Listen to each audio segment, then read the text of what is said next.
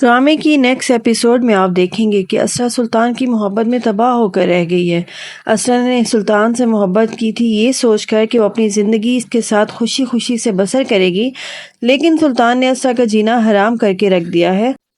جب سے اسرا نے مشعل کو فون کر کے معافی مانگنے سے انکار کیا اور اپنے بھائی کو کال کر کے یہ بولنے سے منع کیا کہ غلطی سلطان کی نہیں بلکہ اس کی تھی، تب سے سلطان نے عہد کر لیا ہے کہ وہ اسرا کو پاگل کر کے ہی چھوڑے گا۔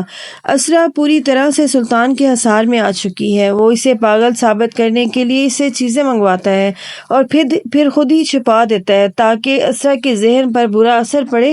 ان سب باتوں کا واقعی اسرا پر بہت زیادہ اثر ہو رہا ہے۔ سلطان اسرا سے اپنی گھڑی منگواتا ہے اور پھر خود ہی اس گھڑی کو چھپا دیتا ہے۔ جب اسرا کے ڈھونڈنے پر نہیں ملتی تو اس پر سلطان چلانا شروع کر دیتا ہے، غصہ کرنا شروع کر دیتا ہے اور بولتا ہے کہ اگر رکھی تم نے یہاں تھی تو پھر گھڑی کے پاؤں ہیں جو یہاں سے چل کر کہیں اور چلی جائے گی۔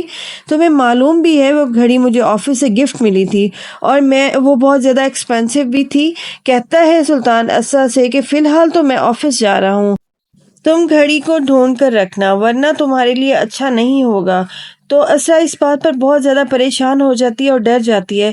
چاندنی پریزے کو کہتی ہے کہ مجھے لگتا ہے کہ سلطان اپنی بیوی سے بہت زیادہ محبت کرتا ہے۔ اس پر پریزے بھی بولتی ہے کہ مجھے بھی لگتا ہے کہ سلطان اسرا سے بہت زیادہ محبت کرتا ہے، پر نوفل اس بات پر بھڑک جاتا ہے اور کہتا ہے ایسا کچھ بھی نہیں ہے، وہ انسان بس اپنے آپ سے ہی محبت کرتا ہے اور کسی سے محبت نہیں کر سکتا، وہ انتہائی گھٹیا انسان ہے۔ اس پر پریزے نوفل کو سمجھاتی کہ آخرکار سلطان کو کسی نہ کسی سے تو اپنی زندگی میں سچی محبت ہونی تھی، تو کیا پتہ وہ اسرا ہی ہو جس سے وہ سچی محبت کرنے لگا ہو۔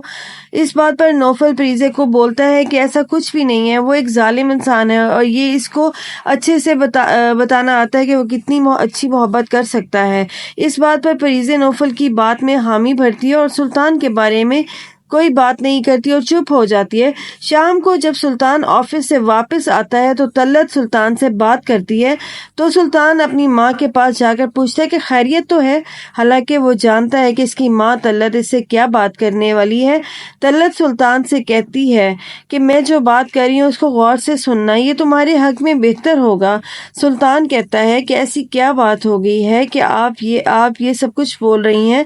اس بات پر طلعت سلطان سے کہتی ہے کہ سلطان تم تو سارے دن آفس میں ہوتے ہو، میں اسرا کے ساتھ ہوتی ہوں، اس کو پتہ نہیں کیا ہو گیا ہے، اچانک سے ایک دم سے اٹھ کر باہر جاتی ہے، کہتی ہے ڈور بیل ہوئی ہے، پر جب واپس آتی ہے تو کہتی ہے کوئی بھی نہیں تھا، اور پھر کپڑے تو الماری میں رکھے جاتے ہیں، تو اسرا آج کچن میں رکھ رہی تھی، جب میں نے اس سے پوچھا تو پریشان ہو گئی کہ آپ دیکھ تو رہی ہیں کہ میں کپڑے رکھ رہی ہوں، تو جب میں نے اس سے پوچھا کہ تم کپڑے الماری کی بجائے فریج میں کیوں رکھ رہی ہو تو یہ سن کر وہ شاکڈ ہو گئی۔